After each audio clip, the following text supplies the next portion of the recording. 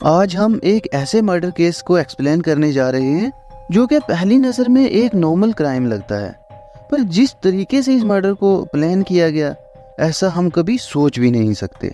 Jessica Patel एक लड़की जो कि ब्रिटेन में ही पली पड़ी थी, अपने 6 बहन भाइयों में सबसे बड़ी थी। वो एक फन लविंग और खुश मिजाज लड़की थी। बेसिक एजुकेशन कंप्लीट करने के बाद साल 2000 में जेसिका डी मोंटफोर्ट यूनिवर्सिटी में फार्मेसी का कोर्स करने गई। यहाँ उसकी मुलाकात होती है एक लड़के से जिसका नाम था मिथेश पटेल। पहली नज़र में ही जेसिका और मिथेश को एक दूसरे से प्यार हो गया। मिथेश बहुत ही केयरिंग इंसान था। जेसिका के साथ साथ वो उसकी फैमिली का भी काफ़ी ख्याल रखता था, इसलिए वो जेसिका के पेरेंट्स को भी बहुत पसंद था। और उसकी सबसे अच्छी बात जो जेसिका के पेरेंट्स को लगी वो ये थी कि मिथेश ने जेसिका से शादी करने से पहले उसके पेरेंट्स से पूछा और फिर जेसिका को प्रपोज किया। शादी के बाद वो दोनों लिंथॉर्प शिफ्ट हो गए और वहाँ उन दोनों ने मिलकर एक फार्मेसी ओपन की। 1 साल बाद उन्होंने वहीं लिंथॉर्प में अपना एक घर भी खरीद लिया, जिससे पता लगता है कि उनका बिजनेस अच्छा चल रहा था। दोनों की ज़िंदगी भी बहुत अच्छी और खुशहाल चल रही थी और अब जेसिका को एक बच्चा चाहिए था, पर उन दोनों को फर्टिलिटी प्रॉब्लम्स होने की वजह से कोई बच्चा नहीं हो पा रहा था। मिथेश ने जेसिका को IVF यानी इन विट्रो फर्टिलाइजेशन ट्राई करने के लिए कहा, बट अनफॉर्चुनेटली वो भी फेल रहा। उनकी शादी को अब 9 साल बीत गए थे, पर उनको कोई औलाद नहीं थी और इस वजह से अब जेसिका थोड़ी परेशान भी रहने लगी थी। मई 14, 2018 जेसिका नून शिफ्ट पर फार्मेसी में थी। उस दिन मिथेश की मॉर्निंग शिफ्ट थी, इसलिए मिथेश फार्मेसी से सीधा जिम गया और 8 बजे घर लौटा। मिथेश जैसे ही घर पहुंचा तो उसने देखा कि घर का दरवाजा आधा खुला है। उसे देखकर कुछ शक हुआ कि घर में कोई चोर उचक्का तो नहीं घुस गया, क्योंकि जब भी जेसिका अकेली घर पर होती तो वो अक्सर दरवाजे बंद रखती थी। मिथेश थोड़ा सा खामोशी से घर में एंटर हुआ ताकि पता लगे कि घर में अंदर हुआ क्या है, पर जैसा ही वो घर में एंटर हुआ तो उसने जो मंजर देखा वो नाकाबिले बयान था। उसने देखा कि घर में सारा सामान बिखरा पड़ा है और जेसिका को रस्सी से बांध के रखा हुआ है। उसके मुंह पर टेप है और जब मिथेश ने जेसिका की सांस चेक की तो उसे पता चला कि जेसिका की मौत हो चुकी है। वो दौड़कर ऊपर वाले रूम में गया जहां पर CCTV का सारा सेटअप था, पर वो वहां पर देखकर हैरान हो गया कि CCTV फुटेज सारी करप्ट हो चुकी है और हार्ड डिस्क भी गायब है। अब मिथेश को कुछ और समझ नहीं आया, इसलिए उसने सीधा 999 पे कॉल की और पुलिस को सब कुछ बताया। पुलिस और एम्बुलेंस भी मौका वारदात पर पहुंच गए। डॉक्टर्स ने जेसिका को चेक किया और उसे वहीं डेड डिक्लेयर कर दिया। पुलिस ने क्राइम सीन को सील किया, बॉडी को पोस्टमार्टम के लिए भेजा और मिथेश से भी पूछताछ शुरू की। मिथेश से पुलिस ने पूछा कि अगर तुम फार्मेसी से 7 बजे निकल गए थे तो फिर घर 8 बजे क्यों पहुंचे? तो उस पर मिथेश का कहना था कि वो वहां से पिज्ज़ा लेने चला गया था और पिज्ज़ा लेके घर आया। पुलिस ने उस पिज़्ज़ा शॉप की फुटेज खंगाली तो पता लगा कि सच में मिथेश वहां पर पिज़्ज़ा लेने गया था। पुलिस घर की तलाशी ले रही थी, पर पुलिस ने एक सस्पिशियस बात नोट की। वो ये थी कि पुलिस ने देखा कि घर में सब सामान बिखरा तो पड़ा है और देख के लग रहा है कि चोरी हुई है, पर अनफॉर्चुनेटली घर से कुछ भी कीमती सामान गायब नहीं था। घर में सारा कीमती सामान अपनी जगह पर मौजूद था।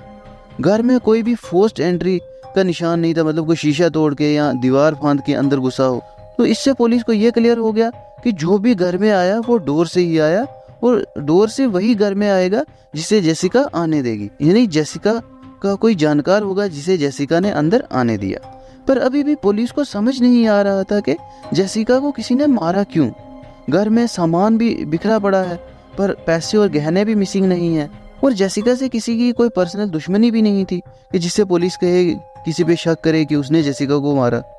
तो क्या हो सकता है जेसिका को मारने का रीजन और वो कौन था जिसने जेसिका को मारा? कुछ दिन बाद जेसिका की पोस्टमार्टम रिपोर्ट आई जिसमें पता लगा कि जेसिका की मौत गला दबाने से हुई है, पर गला दबाने से पहले उसको घसीटा गया है और फिजिकली मारा गया है क्योंकि जेसिका के बदन पे जख्मों के निशान थे। ये सब चल ही रहा था कि पुलिस के हाथ एक ऐसी हिंट लगी जिसने इस पूरे केस का रुख ही बदल कर रख दिया और प्राइम सस्पेक्ट मिथेश को अरेस्ट कर लिया गया।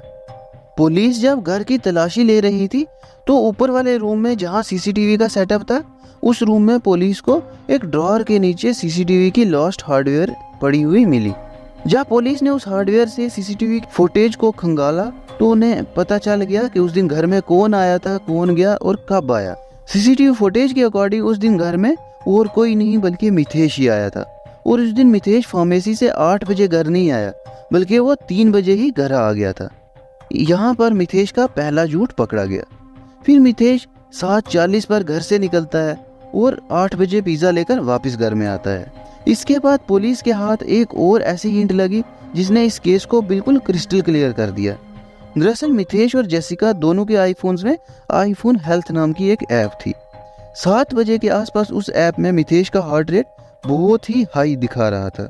जेसिका का फ़ोन गुम हो गया था, पर पुलिस के ढूंढने पर वो वहीं बाहर एक डस्टबिन से रिकवर हो गया। और जब पुलिस ने जेसिका का फ़ोन खंगाला तो यही 7 बजे के आसपास जेसिका की हार्ट बीट आस्ता आस्ता बहुत लो हो गई और होते होते वो बिल्कुल ख़त्म हो गई, यानी जेसिका डेड हो गई, मर गई। अब यहाँ से ये बात तो क्लियर हो गई थी कि जब जेसिका की मौत हुई तो मिथेश घर पर ही था। अब यहाँ पर पुलिस को तो क्लियर हो गया था कि प्राइम सस्पेक्ट मिथेश ही लाइकली मर्डर हो सकता है, क्योंकि उन दोनों के अलावा घर में कोई प्रेजेंट भी नहीं था। मिथेश का फ़ोन खंगालने पर पुलिस को कुछ और भी पता चला। पुलिस को पता चला कि मिथेश एक गे है और उसके फ़ोन में ग्राइंडर नाम की ऐप थी जो कि गे लोगों का टिंडर है। वो रेगुलरली उस ऐप के थ्रू मेंस के साथ अलग अलग आदमियों के साथ कांटेक्ट करता रहता था। रिपोर्ट्स के मुताबिक जेसिका को भी मिथेश के गे होने का पता था, क्योंकि उनकी शादी को 9 साल हो गए थे, पर आज तक उन दोनों में कभी भी सेक्सुअल रिलेशनशिप कायम नहीं हुआ। एक्चुअली मिथेश अमित पटेल नाम के एक इंसान के साथ रिलेशनशिप में था जिससे वो ग्राइंडर पर मिला था। वो अमित से रेगुलरली बात भी करता रहता था। अमित ऑस्ट्रेलिया में रहता था और मिथेश अमित से मिलने ऑस्ट्रेलिया भी जाया करता था। एक दिन मिथेश का एक क्लाइंट उससे दुकान पर ही मिलने आ गया और मिथेश बिना हिचकिचाए उसके साथ जाने के लिए राजी भी हो गया। जेसिका ये सब देखकर गुस्सा हो गई और उसने मिथेश के साथ लड़ाई करना शुरू कर दी। अब यहाँ पर एक सोचने की बात ये भी है कि अगर मिथेश जेसिका के साथ नहीं रहना चाहता था तो उसने जेसिका को डाइवोर्स क्यों नहीं दे दिया? उसने डाइवोर्स देने के बजाय जेसिका का मर्डर करना ही क्यों प्रेफर किया? अब इस पर मिथेश का कहना था कि वो गे था, ये सिर्फ उसको पता था, ये उसकी फैमिली को नहीं पता था और उसकी फैमिली कभी भी उसे गे एक्सेप्ट नहीं करेगी और ना ही उसकी फैमिली कभी चाहेगी कि वो किसी गे लड़के के साथ रहे, वो किसी लड़के के साथ अपना रिलेशनशिप कायम करे। इसलिए उसने ये सारा खेल रचा। पर ये आधा सच था, पुलिस के हाथ कुछ और सच भी लगा। असल में मिथेश ने जेसिका के 2 इंश्योरेंस करा रखे थे, एक 75,000 पाउंड का और एक 80,000 पाउंड का, और वो ये पैसा लेकर अपने बॉयफ्रेंड अमित पटेल के साथ ऑस्ट्रेलिया शिफ्ट होना चाहता था। और ये पैसा उसे तभी मिलता जब जेसिका की किसी एक्सीडेंट में डेथ हो या फिर कुछ ऐसा उसके साथ इंसिडेंट हैपन हो। वो इस मर्डर के लिए बहुत पहले से ही प्लानिंग कर रहा था। उसकी गूगल हिस्ट्री से पता चला कि वो बॉडी को डिस्पोज ऑफ करने के और मारने के आसान तरीके सर्च करता रहता था। पुलिस के मुताबिक मिथेश ने सबसे पहले जेसिका को ज़बरदस्ती इंसुलिन का इंजेक्शन लगाया, जिसके बाद उसकी बॉडी हैवी हो गई और वो अपने से बिल्कुल मूव नहीं कर पा रही थी। इसके बाद मिथेश ने जेसिका को रस्सी से बांधा और पॉलीथीन से उसे सफोकेट किया, जिससे जेसिका मर गई। उसके बाद उसने वो पॉलीथीन छुपा दिया ताकि उसके फिंगरप्रिंट्स ना पकड़ाए जाएं और उसने जेसिका के मुंह पर टेप लगा दी। उसके बाद मिथेश ऊपर वाले रूम में गया। वहां जाकर उसने सीसीटीवी की फुटेज को करप्ट किया, हार्ड डिस्क को छुपा दिया जो कि बाद में पुलिस ने रिकवर कर ली थी, और उसके बाद उसने ये सारी कहानी रची जो कि उसने पुलिस को सुनाई। आखिरकार सारा सच सामने आ ही गया और पुलिस ने मिथेश को कोर्ट में पेश किया। कोर्ट ने भी मिथेश को गिल्टी पाया और दिसंबर 2018 में ही उसे मिनिमम 30 साल की जेल हो गई। मिथेश अभी भी जेल में है। ना ही उसे वो इंश्योरेंस का पैसा मिला और ना ही वो अपने गे बॉयफ्रेंड अमित पटेल के पास जा सका। और यहाँ पर ये कहानी होती है ख़त्म। आज की केस स्टडी में इतना ही। आपको क्या लगता है इस केस के बारे में? आप भी कमेंट करके बताएं और ऐसी वीडियोस को देखने के लिए सब्सक्राइब करें हमारा चैनल।